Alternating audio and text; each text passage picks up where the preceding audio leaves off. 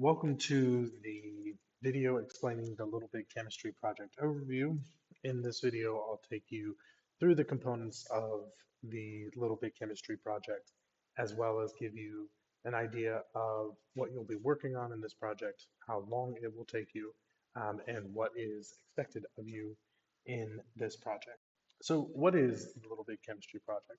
It is the culminating project of the Big Chemistry course. It allows you the opportunity to delve into a chemical element or compound from a big chemistry perspective.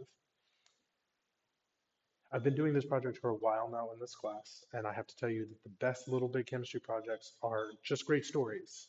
You're essentially telling us a story using the big chemistry narrative to focus in on one compound, whether it be, or rather one chemical, whether it be an element or a compound. These stories highlight connections and insights about that subject.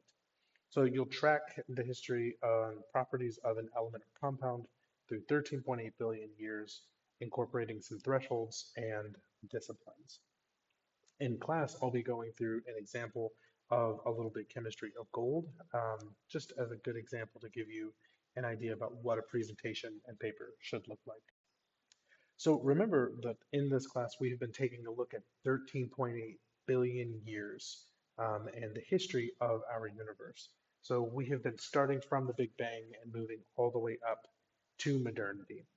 And as I mentioned to you at the beginning of the class, it can be tough to cover the entire history of the universe, but it can be done.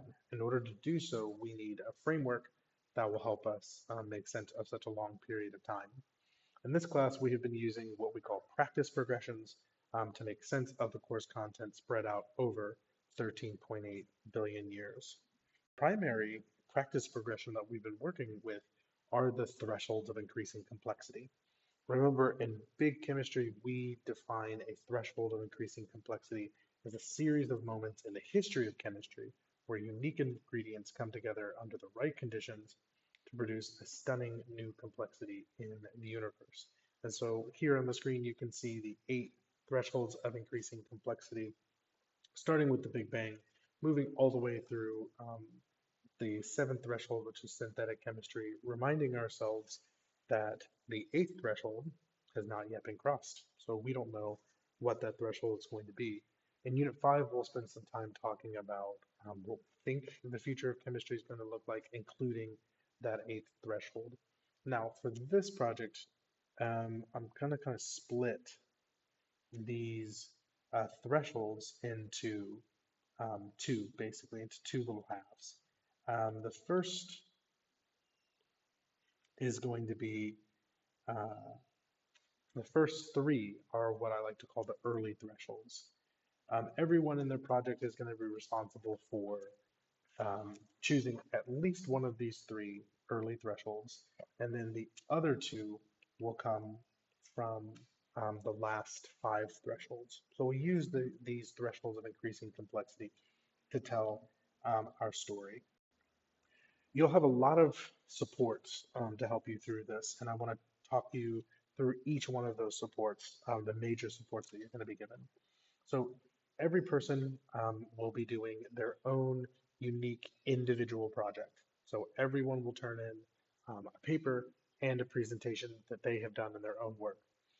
To give you a little bit of support for folks who are going through this, we're going to create capstone groups of about 3 to 4 people, depending on how big the class is. And so this group of 3 to 4 people will be people that you can collaborate with. As the project progresses, these same people will provide you feedback on any of your drafted products. So these people will be the first folks who see your rough draft of your final paper. They will also help you go through your presentation and give you some feedback on that. These capstone groups are supposed to be groups where you can kind of be like your first line of defense. If you have questions or you need help with something, you can rely on this capstone group to give you some help.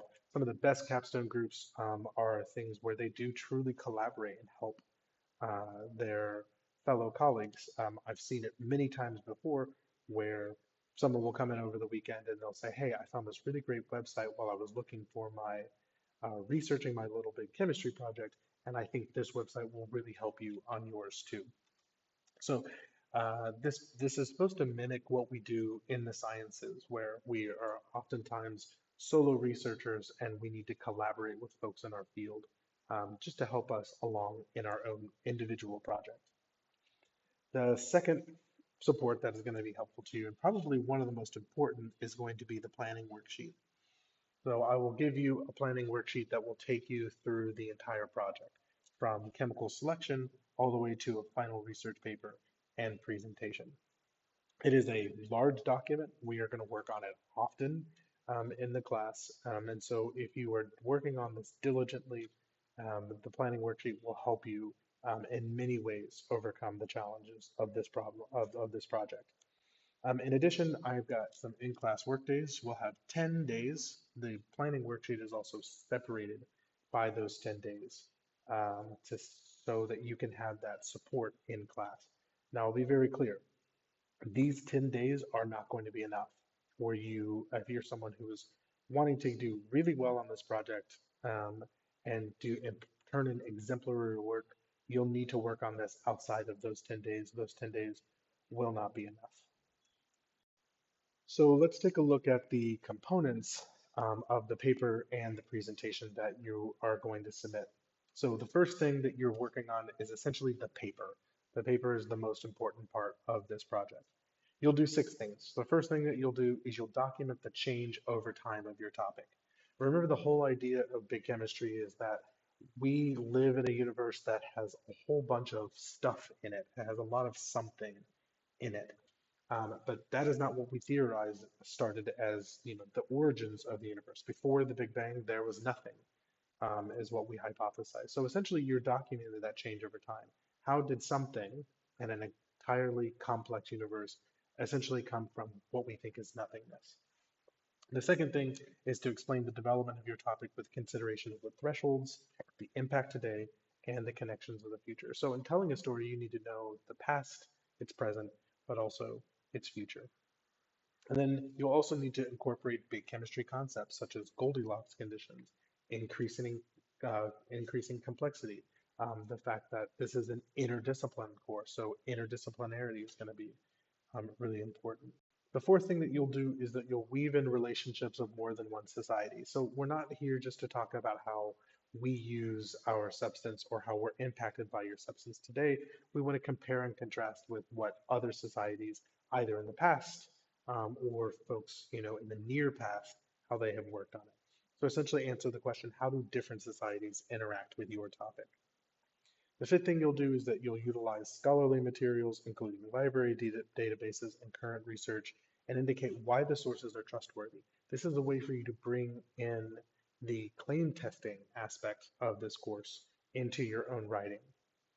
Then finally, in the link, it should be at least 8 total paragraphs. It can be more than that, but it should be at least 8 total paragraphs and about 5 to 7 pages long. It should be much longer than those 7 pages. If you're going into an 8th page, that's fine, but 9 is where we're going to start figuring out whether that's right. Okay, the presentation is going to be 8 things. You can either do a slide, sort of like what I'm doing now. You can create an infographic, make a video, do a podcast, do a model or diorama, drawing or painting. You could also interview a chemist, so bring in, research a chemist who knows a lot about your topic, and then bring them in to give us more information about that. If you're more artistically inclined, the drawing or the painting will help you out. Sort of like we've done in other projects in this class, if you want to take a look at doing a different presentation, something that doesn't necessarily neatly fit into these other categories, let me know. Let's sit down and have a conversation, and we can figure out an alternative to this presentation. Remember, the purpose of the presentation is to essentially summarize what you've learned in your paper. We won't have enough time for everyone to read everyone else's paper, so the presentation is a summary of that work so that we can all know that what you're working on. Again, I want to remind you about those embedded supports. You've got a capstone group, a planning worksheet, and some in-class work days to make that happen. A lot of information here in this video. let me know what questions you have as you come into class. Talk to me about it, and we'll walk you through the steps to make sure that you've selected a topic that one you're interested in and one that you think is going to be interesting to work on for the rest of the semester.